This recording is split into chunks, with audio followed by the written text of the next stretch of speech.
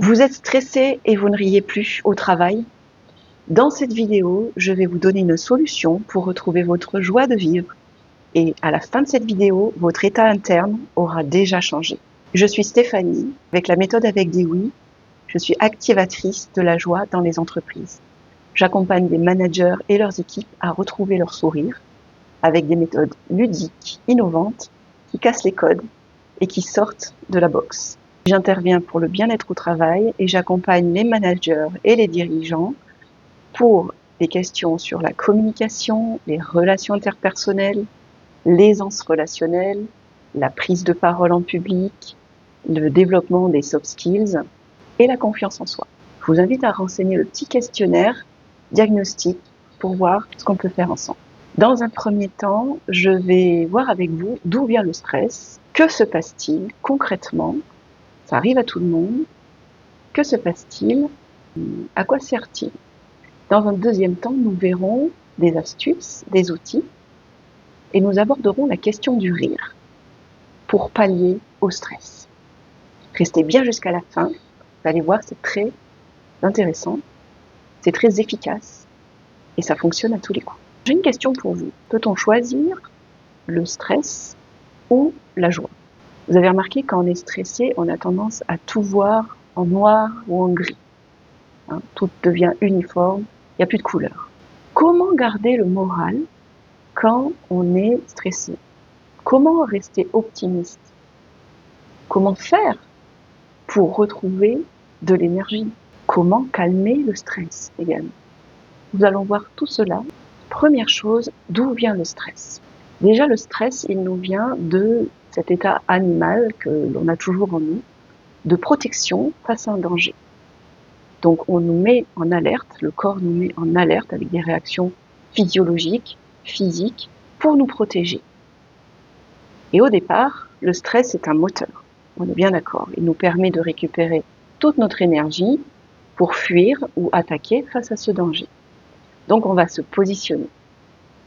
Sauf que le stress, il est devenu un peu plus virtuel, un peu plus impalpable. Et du coup, aujourd'hui, il nous ennuie, il nous pollue, il nous prend notre énergie, parfois à tort, parfois il a bien raison d'être là, car il nous indique effectivement un danger, une réaction nécessaire. On va déjà s'intéresser à regarder si le stress est ponctuel ou s'il est continu. On va parler de stress ponctuel moteur ou de stress continu chronique. S'il est ponctuel, tout va bien. Il est là pour nous mettre en mouvement, pour nous mettre en action. Il est acceptable.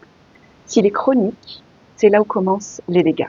Sur la santé physique et à plus long terme sur la santé mentale. Vous allez avoir des indicateurs qui vous montrent que le stress est en train de s'installer et que vous n'avez plus de sas de récupération. On va s'intéresser à intégrer des phases de récupération si on est dans un stress chronique. Ces phases de récupération vont être indispensables pour garder une bonne santé mentale et une bonne santé physique. Commençons par observer si le stress est là du matin au soir, s'il est là dès le dimanche soir, si c'est du non-stop, si c'est du continu, s'il est présent à chaque nouvelle action, à chaque nouveau projet ou pour chaque nouvelle tâche. Voyons, observons quel est l'état interne. Est-ce qu'il y a des palpitations? Est-ce qu'il y a de la tension? Et ça va se ressentir directement au niveau du corps. Et ça, vous pouvez le faire un autodiagnostic à tout moment de la journée et vous pouvez le faire par vous-même pour savoir si vous êtes stressé. Prenez un petit cahier, vous écrivez, vous observez sur une journée, sur une semaine et voyez quel est le niveau de stress. Quand est-ce que vous avez des phases où vous êtes plus cool ou des phases où vous êtes à votre rythme de croisière. Et les phases où c'est dans l'urgence, une tension, une pression, ça peut être des maux de tête, de la fatigue le soir, de l'anxiété la nuit, le matin, même en journée. Observez tout cela, notez vos perceptions physiques, vos sensations, vos émotions et faites déjà un premier diagnostic. À partir de ce diagnostic, vous pourrez vous mettre une alerte si vous voyez que le stress est continu, s'il est chronique, si ça fait des jours, des semaines, des mois que vous fonctionnez comme ça. Gros warning, il est temps de changer quelque chose. Et la suite va pouvoir vous aider. L'étape suivante, ça va être de voir, après ce diagnostic, d'où vient ce stress, pourquoi tu stresses, quelle a été la cause à effet, pourquoi tu stresses. Est-ce que c'est une question de charge de travail? Est-ce que c'est une question d'organisation? Est-ce que c'est une question de légitimité par rapport à un nouveau poste, par exemple, ou une nouvelle situation? Est-ce qu'il s'agit d'une situation connue ou inconnue? Est-ce que c'est en rapport avec les relations que tu as au travail? Nous le savons, de bonnes relations au travail donnent beaucoup de motivation, au moins pour 50% dans une mission professionnelle. Donc, observez la qualité des relations. Avec qui? Qu'est-ce qu'il se passe? Est-ce que c'est avec plusieurs personnes? Ça peut être également une question d'énergie, c'est-à-dire que vous êtes dans une fatigue, que vous n'arrivez pas à récupérer. Il y a peut-être aussi le pro et le perso à gérer. En tout cas, vous avez de la fatigue et du coup, le stress s'installe parce que vous avez moins de résistance au stress que d'habitude. Vous avez un manque d'énergie. Ça peut être également de l'ordre de l'émotionnel, c'est-à-dire si vous avez des contrariétés, des émotions, que ce soit dans le domaine professionnel ou personnel, vous pouvez avoir cette fatigue émotionnelle qui est une autre cause qui peut amplifier les effets du stress. Donc là, on va voir cette fameuse source de stress. Elle est identifiée, il y en a peut-être plusieurs. Et maintenant, ce qu'on va aller voir, c'est quelles sont vos ressources par rapport à ce stress, pour savoir si vraiment tout va mal, tout va de travers à tous les niveaux, ou si quelque part se cache une ressource d'énergie, de morale, un soutien, un appui qui ne dépend que de vous. On va aller voir ça de suite. Cet outil, je l'appelle l'outil la météo des 3 zones. C'est-à-dire qu'on va aller faire un petit scan corporel au niveau des 3 zones, c'est-à-dire au niveau de la tête, au niveau du corps et au niveau du cœur. Ce sont des choses qu'on fait beaucoup en technique de théâtre pour s'ancrer, pour être dans la présence à soi et pour connecter avec ses ressources, son énergie et son être. Ici, on va utiliser cet outil pour voir si justement, est-ce qu'il s'agit de fatigue ou de stress mental, émotionnel, physique, un combiné ou les 3 à la fois. Et selon ce qu'on va observer, on va pouvoir détecter où est la ressource. Donc ce que je vous invite à faire, ça va être de fermer les yeux, ça va durer 1 minute, et simplement prenez une grande inspiration et une grande expiration, posez vos mains sur les cuisses si vous êtes assis, ou le long du corps si vous êtes debout, et vos pieds sont bien à plat dans le prolongement des hanches. Vous inspirez, vous expirez, et vous observez tranquillement, au niveau de la tête, comment est votre énergie. Respirez.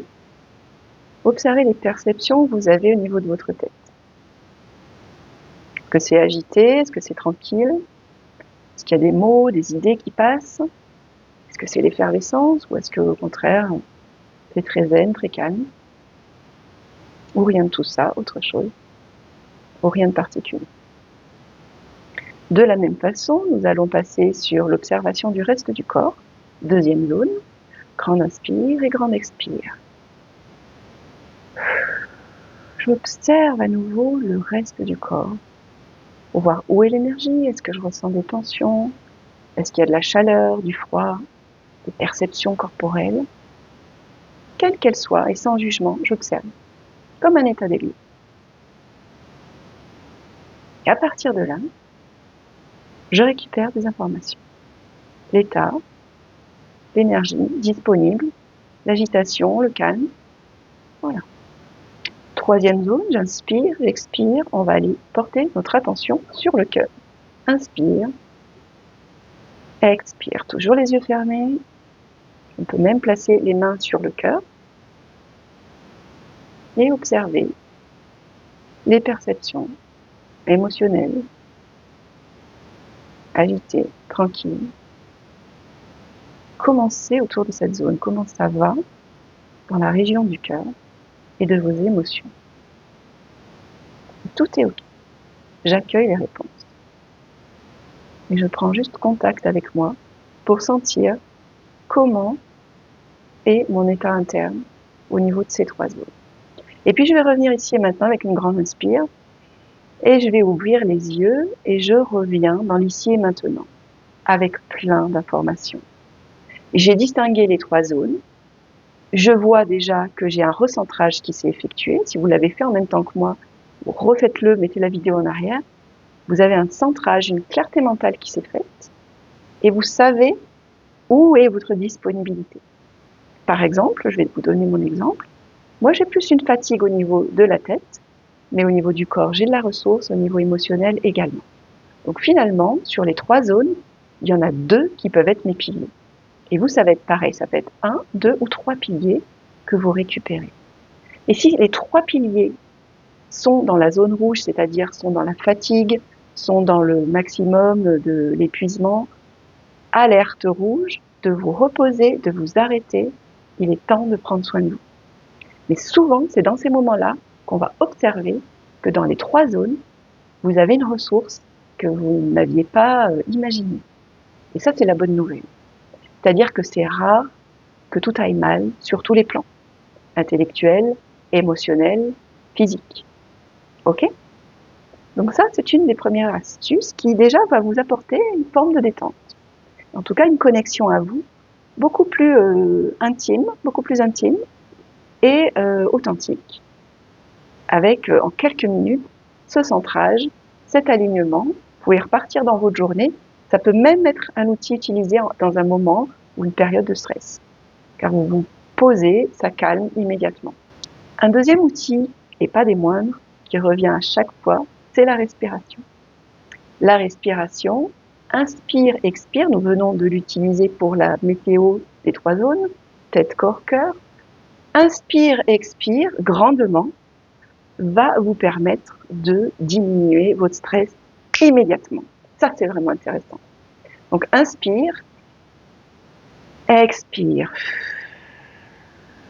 Et moi, je vous recommande d'expirer plus longtemps que l'inspiration. L'inspiration dynamise, vous oxygène, vous donne de l'énergie. L'expiration va calmer le système sympathique et va renforcer ce système parasympathique qui est justement celui du calme, de la tranquillité, de la sérénité et qui va favoriser un état de déstress. La respiration, c'est vraiment un outil inévitable. J'en parle dans toutes mes vidéos. La respiration va nous servir à travailler pour la prise de parole en public, pour la gestion du trac, ici encore pour la gestion du stress. Elle contribue aussi à renforcer la confiance en soi. Et puis, elle va nous intéresser pour notre dernier exercice anti-stress avec le rire. C'est-à-dire que si vous n'êtes pas détendu, que vous êtes stressé, comme son nom l'indique, stress égale tendu, tension, vous n'allez pas pouvoir être facilement dans le rire. Vous n'allez pas pouvoir facilement rire. L'exercice suivant étant celui du rire anti-stress, c'est, je dirais, l'apothéose. Quand on est en stress, si on arrive à rire, tout va dégringoler. C'est-à-dire la pression, le stress, on se reconnecte aux gens. Cette détente, elle va vraiment nous intéresser maintenant pour cette pratique du rire sans raison. Alors, je vous ai pas tout dit sur mes activités. Je suis également animatrice de yoga du rire en entreprise, le rire sans raison, avec des ateliers du rire, le travail sur la confiance en soi, le rire anti-stress. J'ai aussi fait un webinaire sur le rire comme ressource anti-stress. Bref, vous l'aurez compris, rire, c'est possible pour mieux gérer son stress et surtout pour trouver une autre ressource beaucoup plus agréable que d'autres choses comme manger ou des choses qui sont inaccessibles et qui doivent attendre que vous soyez sorti du travail pour pouvoir vous ressourcer. Ça, vous pouvez le faire à tout moment, à tout endroit. Je vous propose donc d'inspirer, d'expirer et de partir sur ce rire sans raison. Attention. Vous pouvez mettre les mains comme ça. Ho, ho, ha, ha, ha. Ho, ho, ha, ha, ha. Ho, ho, ha, ha, ha. Ouais. Vous voyez, ça, on peut le faire assis, debout, en se déplaçant. En un instant, j'ai activé la joie et en un instant, j'ai récupéré mon sourire. Alors, les séances de rire durent entre une demi-heure et 1 heure. Elles se font en groupe.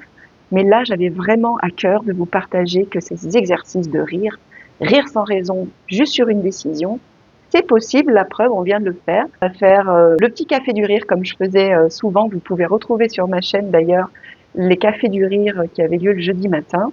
Avec le petit café, vous faites comme moi. Hey, je prends mon café.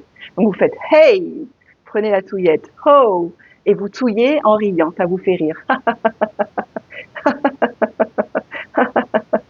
Et vous buvez, vous riez. On fait durer. Je bois ma tasse de café, je la jette et je ris. Et hop, ho, ho, ha, ha, ha, ho, ho, ha, ha, ha, ho, ho, ha, ha, ha. Ouais, voilà, vous avez un extrait de ce qui peut se passer dans une séance de rire sans raison, de yoga du rire, des ateliers du rire dans les entreprises. Et vous pouvez le faire ici chez vous, à tout moment. Vous décidez de rire, vous affichez votre sourire. Et la bonne nouvelle, c'est que le cerveau ne fait pas la différence entre un rire décidé et un rire réel. Et souvent, ça bascule. Vous basculez d'un rire que vous décidez, même si au début, c'est pas vraiment franc, c'est imité, c'est on fait semblant, ça bascule au rire naturel. Plus vous pratiquez le rire, plus vous riez facilement. Et j'allais rajouter que si vous êtes détendu, c'est-à-dire que la zone du diaphragme ici, avec les respirations, des étirements, des bâillements, des moments de détente, vous allez rire plus facilement. Si vous êtes tendu, essayez de rire, ça va être compliqué. Allez voir un humoriste ou un spectacle d'humour avec cette tension interne, vous verrez que vous ne serez pas bon public. Donc détendez-vous, allez-y, respirez. Vous pouvez marcher, vous pouvez faire des tas de choses pour vous détendre, de la relaxation. Et ensuite, faites le rire décidé. Vous allez voir, ça marche. Ça marche à tous les coups, ça marche assis, ça marche en visio. J'aimerais bien que vous me disiez en commentaire si vous avez ri pendant cette vidéo, si vous avez même juste souri. C'est communicatif et ça a fonctionné. Ça s'est transmis même par une vidéo interposée. Je pourrais vous en parler des heures, je pourrais vous faire des sessions. D'ailleurs, je pense que les sessions du rire vont revenir sur ma chaîne. Dites-moi si vous êtes intéressé par des lives du rire, comme je faisais le jeudi matin, 10 minutes de rire pour votre pause bien-être au travail. Dites-moi, inspirez-moi et je donnerai suite avec grand plaisir. Alors rions tous ensemble. Que la vie autour de nous soit belle, soit grise. Rions, cultivez votre joie de vivre. Je vous remercie infiniment.